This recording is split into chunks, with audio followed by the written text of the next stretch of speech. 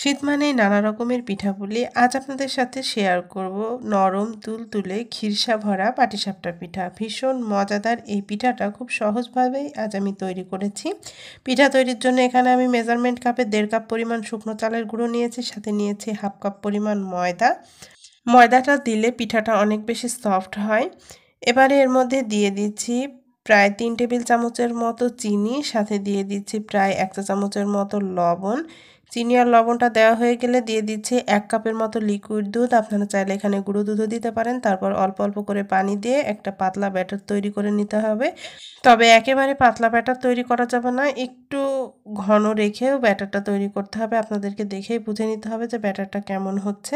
খুব বেশি ঘন ব্যাটার করলে আবার পিঠাটা মোটা হবে। এখানে আমি প্রায় 3 টেবিল চামচের মতো সুজি, 1 টেবিল চামচ ঘি দিয়ে খুব ভালোভাবে ভেজে রেখেছিলাম। এবারে আগে থেকে জাল করা 1 লিটার দুধকে আমি 1/2 লিটার করে রেখেছি, সেই দুধ এখানে দিয়ে দিচ্ছি। চেষ্টা করবেন খিরসা তৈরির ক্ষেত্রে ঘন দুধটা ব্যবহার করতে। দিয়ে দিচ্ছি 1 টেবিল চামচ পরিমাণ চালের গুঁড়ো, সাথে দিয়ে দিচ্ছি 1/2 কাপের মতো কোরানো নারিকেল। আপনারা যদি এখানে নারিকেল কোড়া না দিতে চান তাহলে দুধের পরিমাণটা আরও একটু বাড়িয়ে দেবেন। 1/2 কাপের মতো খেজুরের গুড় দিয়ে দিলাম, সাথে দিয়ে দিচ্ছি 2 টেবিল চামচ পরিমাণ চিনি। চিনি আর গুড় মিশিয়েই আজ আমি খিরসাটা তৈরি করব। আপনারা চাইলে শুধু গুড় অথবা শুধু চিনি দিয়েও করে নিতে পারেন। সামান্য একটু লবণ দিয়ে দিলাম। এখানে আমি প্রায় 4 টেবিল চামচের মতো বাদাম কিশমিশ একেবারে মিহি কুচি করে রেখেছি, সেটা দিয়ে দিচ্ছি।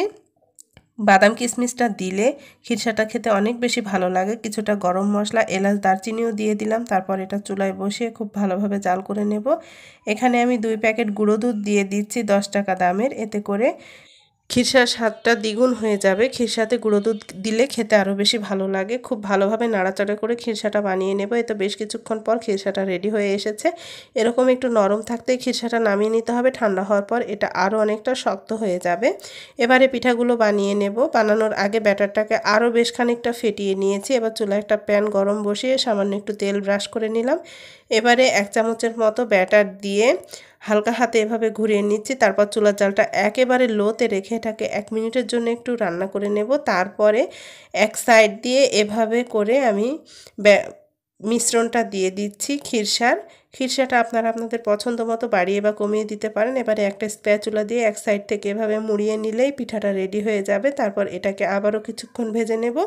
এই তো এভাবে করে আমি বাকি সবগুলো পিঠাই রেডি করে নিয়েছি। এই তো ভীষণ মজাদার খিরসা ভরা পাটিসাপটা পিঠা পুরোপুরি রেডি। এবারে শীতে এভাবে একবার পিঠাটা বানিয়ে দেখতে পারেন। একেবারে নরম তুলতুলে আর মুখে দিলেই মিলিয়ে যাবে। ভীষণ মজার হয় এই পিঠাগুলো। পিঠার রেসিপিটি যদি ভালো লাগে তাহলে লাইক, কমেন্ট এবং শেয়ার করতে ভুলবেন না। সবাই ভালো থাকবেন। আল্লাহ হাফেজ।